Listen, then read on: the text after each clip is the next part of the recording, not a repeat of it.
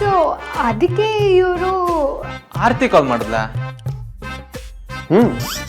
ಅಂದ್ರೆ ವೇದಾಂತ್, ನೀವು ಅವಳ ಮಾತಿ ಇಂಪ್ರೆಸ್ ಆಗಿ ಡಿಸಿಷನ್ ತೊಗೊಂಡ್ರಾ?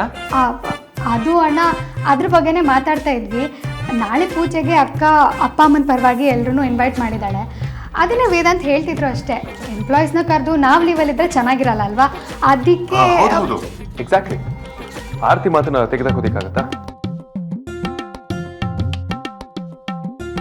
ನಾವೆಲ್ಲ ಆಫೀಸಿಗೆ ಬರದೆ ಎಂಪ್ಲಾಯೀಸ್ಗಳನ್ನ ಕರೆಸ್ಬಿಟ್ಟು ಏನು ಮಾಡೋದು? ಇವತ್ತು ರಾತ್ರಿನೇ ಲಾಂಚ್ ಆಗೋ ನಮ್ಮ ಪ್ರಾಡಕ್ಟ್ಸ್ ಆಲ್ರೆಡಿ ಸ್ಟೋರಿಗೆ ತಲುಪಿದೆ. ಹೌದಾ? ಪಾಪ. What nonsense? ಇದ್ರಲ್ಲಿ ಪಾಪ ಅಂತ ಹೇಳೋದೇನಿದೆ? ಬಾಸ್ ಎಲ್ಲ ಓಕೆ. ನಮ್ಮ ಹೊಸ line of products press meet ಮಾಡಿ ಬಿಡುಗಡೆ ಮಾಡ್ಬೋದಿತ್ತಲ್ವಾ? ಆದ್ರೆ ಡೈರೆಕ್ಟ್ ಆಗಿ ಸ್ಟೋರ್ಸ್ ತಲುಪಿದೆ ಅಂತ ಹೇಳ್ತಾ ಇದ್ದೀರಾ. ಇದು ಜನಕ್ಕೆ ಹೇಗೆ ಗೊತ್ತಾಗುತ್ತೆ? ವೇದಾಂತ್ ವೆಂಚರ್ಸ್ ಈ ತರ ಪಬ್ಲಿಸಿಟಿಲೆಲ್ಲ ನಂಬಿಕೆ ಇಡಲ್ಲ. ಪ್ರಾಡಕ್ಟ್ ಬ್ರ್ಯಾಂಡ್ ಬಗ್ಗೆ ಮಾತಾಡಬೇಕು ಅನ್ನೋದೇ ನಮ್ಮ ಧ್ಯೇಯ. ಎಕ್ಸಾಕ್ಟ್ಲಿ. ಬಟ್ ಅಷ್ಟೇ ಅಲ್ಲ, ನಾವು ಮಾಡೋ ಸಹಾಯನ ನಾವೆಲ್ಲ ಕಡೆ ಹೇಳ್ಕೊಂಡು ಓಡಾಡಬಾರ್ದು. ಅದು ನಮ್ಮ ಮಟ್ಟಿಗೆ ಇದ್ರೆ ಬಹಳ ಚೆಂದ. ಅದಕ್ಕೆ ಇವತ್ತು ಎಷ್ಟೊಂದು ಜನಕ್ಕೆ ಸುಹಾಸಿನಿ ಫೌಂಡೇಶನ್ಸ್ ಬಗ್ಗೆ ಗೊತ್ತದೇ ಇರೋದು. ಅದಲ್ಲದೆ ಸ್ಯಾನಿಟರಿ ಪ್ಯಾಡ್ಸ್ಗಳನ್ನ ಆದಿ ಆರ್ಗ್ಯಾನಿಕ್ಸ್ ಮೂಲಕ ಲಾಂಚ್ ಮಾಡ್ತಿರೋದು ಇಡೀ ದಿನ ಕೆಲಸದಲ್ಲಿ ಶ್ರಮ ಪಡ್ತಿರೋ ಹೆಣ್ಮಕ್ಳಿಗೋಸ್ಕರ.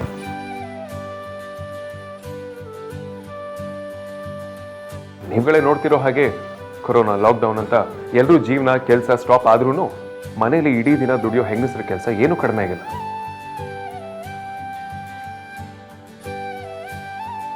ಇನ್ಫ್ಯಾಕ್ಟ್ ಹೆಚ್ಚಾಯಿತು. ನಮ್ಮೆಲ್ಲ ಫ್ರಂಟ್ ಲೈನ್ ವರ್ಕರ್ಸ್ಗಳಿಗೆ ನಾವು ಕೃತಜ್ಞತೆಗಳನ್ನ ತಲುಪಿಸಿದ್ದೀವಿ. ಆದರೆ ಈ ಸಂದರ್ಭದಲ್ಲೂ ನಗ್ನಗ್ತಾ ದುಡ್ಡು ನಮ್ಮ ಹೆಣ್ಮಕ್ಳಿಗೆ ಕಡಿಮೆ ದರದಲ್ಲಿ ಸ್ಯಾನಿಟರಿ ಪ್ರಾಡಕ್ಟ್ಸ್ಗಳನ್ನ ಕೊಡ್ತಾ ಇದ್ದೀವಿ. ಇದು ನಮ್ಮ ಕಂಪನಿಯಿಂದ ಒಂದು ಟ್ರಿಬ್ಯೂಟ್ ಅಷ್ಟೇ. ಸಾರಿ ಬಾಸ್, ಎಷ್ಟೇ ಆದ್ರೂ ನಾವು ಇಷ್ಟೆಲ್ಲ ಯೋಚನೆ ಮಾಡೋಕ್ಕಾಗಲ್ಲ. ಏನೇ ಮಾಡಿದ್ರು ನೀವು ಅಲ್ಟಿಮೇಟ್ ಆಗೇ ಮಾಡಿರ್ತೀರಾ. ನಮ್ಮ ಬಾಸಿಗೆ ಜೈ.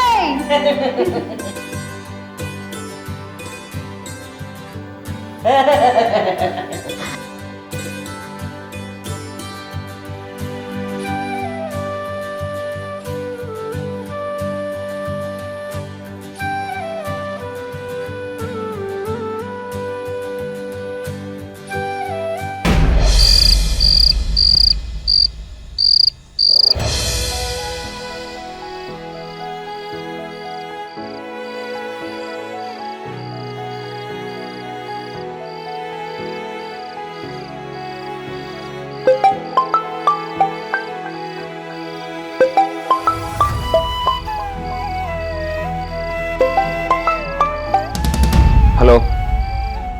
ಹಬ್ಬ, ಇವಾಗಲಾದರೂ ರಿಸೀವ್ ಮಾಡಿದ್ರಲ್ಲ. ನಾನು ನಿಮಗೆ ಬೆಳಗ್ಗೆಯಿಂದ ಕಾಲ್ ಟ್ರೈ ಮಾಡ್ತಿದ್ದೀನಿ. ನೀವು ಯಾಕೆ ಕಾಲ್ ಟ್ರೈ ಮಾಡ್ತಿದ್ದೀರಾ ಅಂತಲೂ ನನಗೆ ಗೊತ್ತು. ನಾಳೆ ವಿಜಯದಶಮಿ. ನನಗೆ ನಿಮ್ಮ ಮನೆ ಬರೋದು ಕೇಳಬೇಕು. ಇಲ್ಲ ಅಂದರೆ ನಿಮ್ಮ ಮನೇಲಿ ಎಲ್ಲರೂ ಏನು ಅನ್ಕೋಬಿಡ್ತಾರೋ ಅನ್ನೋ ಭಯ ನಿಮಗೆ ಅಲ್ವಾ? ನಾಳಿನ ಕಾರ್ಯಕ್ರಮಕ್ಕೆ ನಿಮ್ಮನ್ನು ಕರೆಯೋಕೆ ಕಾಲ್ ಮಾಡಿದ ನಿಜಾನೇ. ಆದರೆ ಅದೊಂದೇ ಕಾರಣ ಅಲ್ಲ. ನಮ್ಮಿಬ್ಬರಲ್ಲಿ ಏನೇ ಮನಸ್ತಾಪ ಇದ್ದರೂ ನೀವು ಅಂಜಲಿ ಶಾಸ್ತ್ರಕ್ಕೆ ಬಂದು ನಮ್ಮ ಮನೇಲಿ ಯಾರಿಗೂ ಅನುಮಾನ ಬರದೇ ಇರೋ ಹಾಗೆ ನೋಡ್ಕೊಂಡ್ರಿ. ನಮ್ಮಿಬ್ಬರು ಮಾತಿನ ಭರಾಟೆಲಿ ಕೊನೆ ಪಕ್ಷ ನಿಮಗೆ ನಾನು ಥ್ಯಾಂಕ್ಸ್ ಹೇಳೋಕ್ಕೂ ಆಗಲಿಲ್ಲ.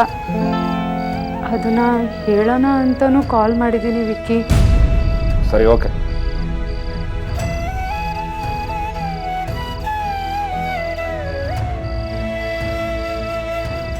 ನೀವು ಊಟ ತಿಂಡಿ ಎಲ್ಲ ಸರಿಯಾಗಿ ಮಾಡ್ತಿದ್ದೀರಾ ಅಲ್ವಾ? ಅದೆಲ್ಲ ನಿಮ್ಗೆ ಯಾಕೆ? ನೀವು ಆರಾಮಾಗಿ ತವ್ರ ಮನೇಲಿ ಇದ್ದೀರಲ್ವಾ, ಅಲ್ಲಿ ನಿಮಗೆ ಬೇಕಾದಂಗೆ ನೋಡ್ಕೊಳ್ತಾರೆ. ನಂತರ ಯಾರು ಪ್ರಶ್ನೆ ಮಾಡಲ್ಲ, ನಂತರ ಯಾರು ಹರ್ಟು ಮಾಡಲ್ಲ. ಇಲ್ಲಿಗೆ ಬಿಟ್ಬಿಡಿ, ನೀವು ಆರಾಮಾಗಿರಿ. ಯಾಕೆ ಹೀಗೆಲ್ಲ ಮಾತಾಡ್ತೀರಾ ವಿಕ್ಕಿ? ಇಲ್ಲಿ ಬಂದು ಇಷ್ಟು ದಿನ ಉಳ್ಕೋಬೇಕು ಅನ್ನೋದು ನನ್ನ ಆಸೆ ಏನಲ್ಲ ಅಲ್ವಾ? ನೀವೇ ತಾನೇ ನನ್ನನ್ನು ಇಲ್ಲಿ ಬಿಟ್ಟು ಹೋಗಿರೋದು. ನಾನಾಗಿರೋದಕ್ಕೆ ಬಿಟ್ಟೋದ್ಮೇಲೂ ಮತ್ತೆ ಬಂದಿದ್ದೀನಿ. ನೀವು ಮಾಡಿರೋ ಕೆಲಸಕ್ಕೆ ಬೇರೆಯವ್ರು ಬಿಟ್ಟೋಗಿದ್ರೆ ಏನು ಮಾಡ್ತಿದ್ರು ಅನ್ನೋದು ಯೋಚನೆ ಮಾಡಿ.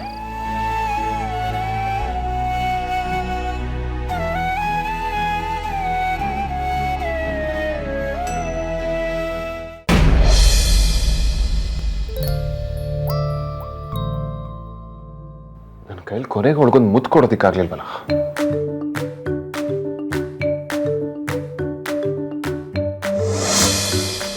ಕೈಲಿ ಆಗೋದು ಇಲ್ಲ. ನೀನು ದೊಡ್ಡ ಪುಕ್ಲ. ಜಶರಾಬ್, ಅದು ಧೈರ್ಯದ ಪ್ರಶ್ನೆ ಅಲ್ಲ, ಸಭ್ಯತೆ ಪ್ರಶ್ನೆ. ಇದು ಕಾಮಿಡಿ ಅಂದ್ರೆ ಮನಸ್ಸಲ್ಲಿ ಮುದ್ದು ಕೊಡ್ಬೇಕು ಅಂತ ಆಸೆ ಇದೆ, ಆದ್ರೆ ಅದು ಆಗಿಲ್ಲ ಅಂತ ಬೇಜಾರು. ಎಷ್ಟೇ ಎಗರಿದ್ರು ದ್ರಾಕ್ಷಿಗೆ ಸಿಗ್ಲಿಲ್ಲ ಅಂತ ನರಿ ದ್ರಾಕ್ಷಿನೇ ಉಳಿ ಅಂತ ಹೇಳಿತಂತೆ. ಹಾಗಾಯ್ತು ನಿನ್ ಕತೆ. ಇವತ್ತಾಗಿಲ್ಲ ಅಂದ್ರೆ ನಾಳೆ ಆಗುತ್ತೆ, ಇಲ್ಲ ನಾಡಿದ್ದಾಗತ್ತೆ. ಇದೆಲ್ಲ ಆತರ ಪಡೋ ವಿಷಯ ಅಲ್ಲ. ನನಗಾಗ್ಲಿ ಅವಳಿಗಾಗ್ಲಿ ಆಕ್ವರ್ಡ್ ಫೀಲ್ ಆಗ್ಬಾರ್ದು. ನಾಳೆನೂ ಹೋಗಲ್ಲ, ನಾಡಿದ್ದು ಆಗಲ್ಲ. ನಿನ್ನ ಪಾಲಿಗೆ ಮುತ್ತು ಅನ್ನೋದು ಗಗನ ಕುಸುಮ ಇದ್ದ ಹಾಗೆ. ವಿಲಿಜ ಶರಪ್ ಎಲ್ಲ ಸೇರ್ತಾ ಇದೀವಿ,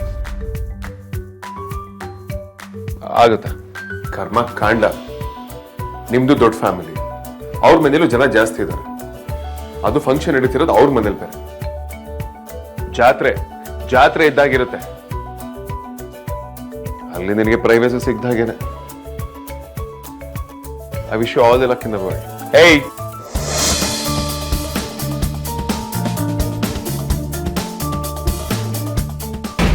ಹಾಗೆಲ್ಲ ಹೇಳ್ಬೇಡಿ. ನನ್ನ ಮೇಲೆ ನಿಮಗೆ ಎಷ್ಟು ಕೋಪ ಇದೆ ಅಂತ ನನಗೆ ಗೊತ್ತು. ಆದ್ರೆ ಅದಕ್ಕೆ ಅದನ್ನ ನಾನು ಬೇಕಂತ ಮಾಡ್ಕೊಂಡಿದ್ದಲ್ಲ, ಅದಕ್ಕೆಲ್ಲ ಕಾರಣ ನೀವೇ. ಇಷ್ಟೆಲ್ಲ ಆದರೂ ನಿಮ್ಮ ಮೊಂಡು ಹಠ ಬಿಡ್ತಿಲ್ಲ ನೀವು ನೋಡಿ. ನನಗೆ ಕೋಪ ಯಾವಾಗಲೂ ಸಿಟ್ಟಲ್ಲೇ ಇರ್ತಾನೆ ಅಂತ ಅನ್ಕೋಬೇಡಿ. ಅದೆಲ್ಲಕ್ಕಿಂತ ಹೆಚ್ಚಾಗಿ ನನಗೆ ಬೇಜಾರಾಗಿದೆ.